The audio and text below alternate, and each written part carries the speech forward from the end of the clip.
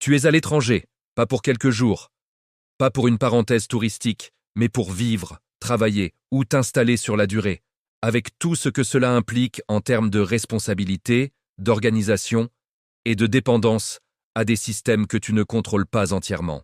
Ton quotidien finit par se mettre en place, tu as tes habitudes, tes repères, tes paiements réguliers, et ton argent circule sans que tu y penses vraiment, parce que, jusqu'ici, tout fonctionne comme prévu.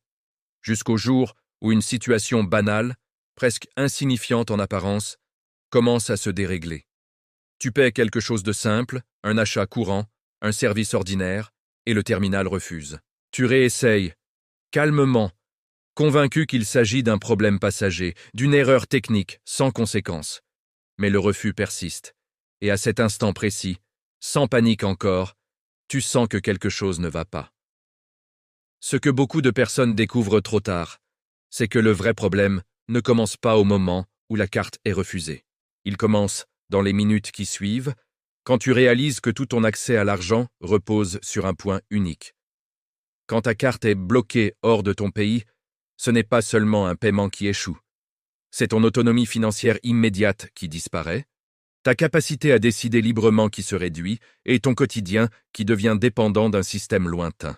Il est important de comprendre que ce blocage n'est ni une sanction, ni une accusation, ni même une erreur humaine. C'est un mécanisme automatique de sécurité, conçu pour protéger un système bancaire qui raisonne en profil statistique et en comportement standard. Les banques analysent en permanence une multitude de paramètres. Le pays dans lequel tu te trouves, la fréquence de tes paiements, les montants, les types de commerçants et surtout la cohérence globale avec ton historique passé. Dès qu'un comportement sort de ce cadre, le système bloque par précaution. Sur le plan théorique, cette logique est rationnelle et défendable. Mais dans la réalité d'une vie mobile ou expatriée, elle devient rapidement une source de tension et de vulnérabilité. Car la banque continue de te considérer comme un client sédentaire, ancré dans un territoire précis, avec des horaires, des habitudes et des moyens d'accès stables. Elle ne voit pas ta situation réelle, seulement un profil qui s'éloigne progressivement de ses standards. Et surtout, ces blocages n'arrivent de presque jamais à un moment confortable ou prévisible. Ils surviennent le soir, le week-end, pendant un déplacement, ou dans un pays où tu ne disposes d'aucune alternative immédiate.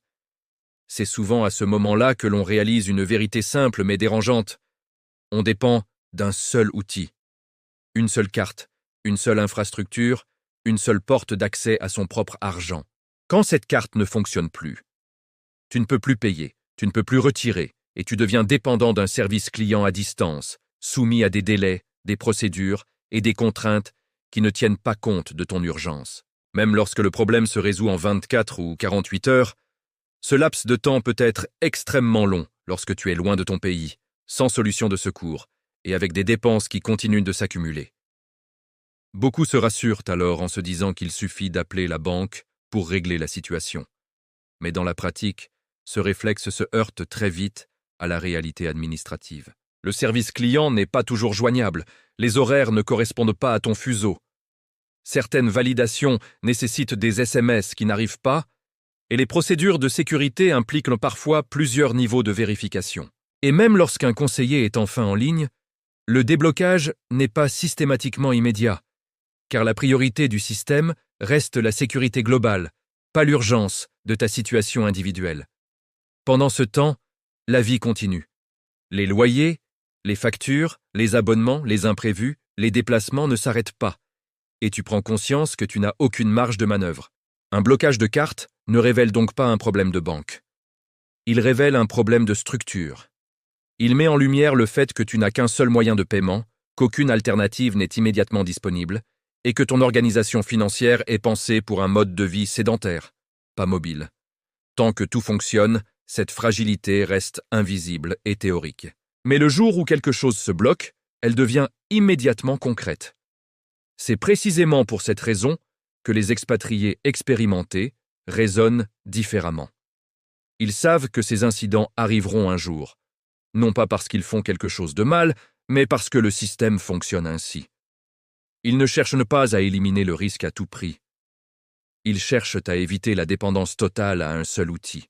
Ils séparent les usages, prévoit une solution secondaire et s'assure qu'elle soit utilisable immédiatement, sans démarche lourde ni validation complexe.